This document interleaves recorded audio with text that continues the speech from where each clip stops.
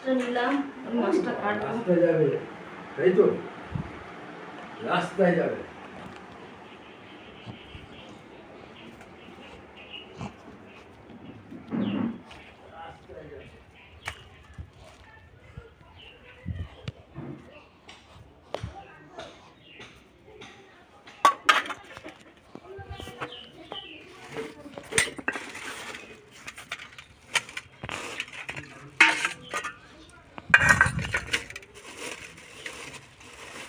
মাছটা খুলি।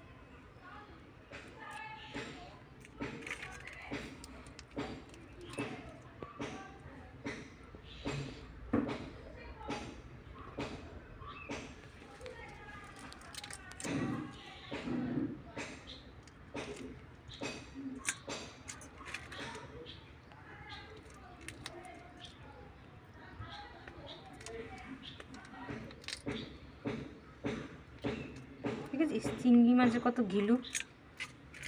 এগুলো ঘিলু?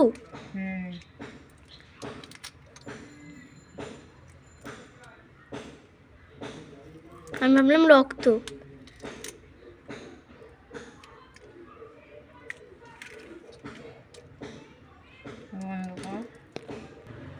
ও মা, চিংড়ি মাছ দিয়ে কি কি রান্না করবা?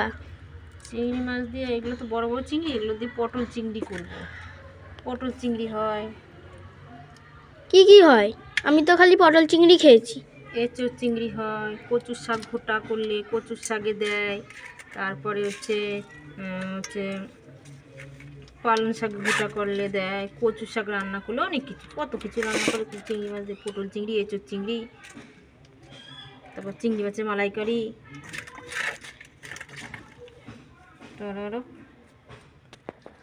ও মা, তুমি খোসা দিয়ে কি করবা? খোসা মানে বেছে বেছে রাখছো? খোসাগুলো হচ্ছে বাটবো। এই খোসা বাটা খেতে হেভি টেস্ট লাগে, এর জন্য আমি চিংড়ি মাছ আনলেই চিংড়ি মাছের খোসা ফেলি না, চিংড়ি মাছের খোসা রেখে দিই। বাটি তো কালো জিরে রসুন টসুন দিয়ে বাটলে খুব ভালো লাগে খেতে, তাই চিংড়ির খোসাগুলো রেখে দিলাম। এবার মাছটা ধোবো। এই যে মাছের ভিতরে না একটা নোংরা আছে, এই নোংরাটা বের করবো।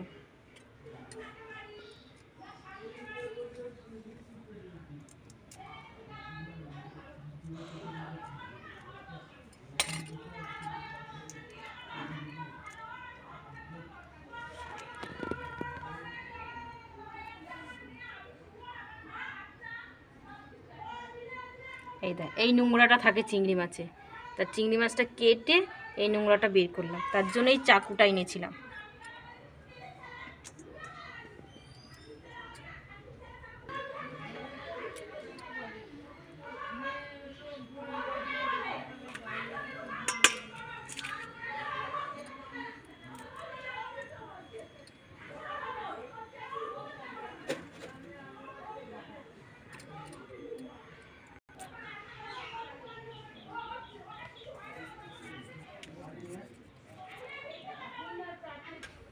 এবারে লেবুটা দিয়ে মাছটা ধোবো, যাতে একটা গন্ধ আছে না, ওই গন্ধটা থাকে না। লেবু দিয়ে এই চিংড়ি মাছটা পরিষ্কার করলে একটা সুন্দর মানে পরিষ্কার চকচকে থাকবে মাছটা, মানে যে একটা গন্ধ আছে না, গন্ধটা বেরোবে। তাই চিংড়ি মাছটা দিয়ে লেবুটা দিয়ে ধুয়ে নিলাম। লেবু দিয়ে চিংড়ি মাছটা পরিষ্কার করে ধুয়ে নেব।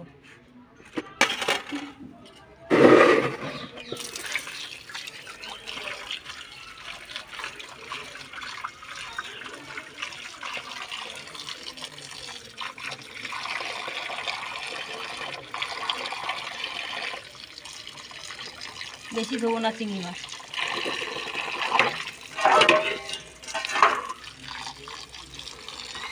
আর ধোবো না, রেখে দিলাম। এবার হয়ে গেছে ধোয়া, চল।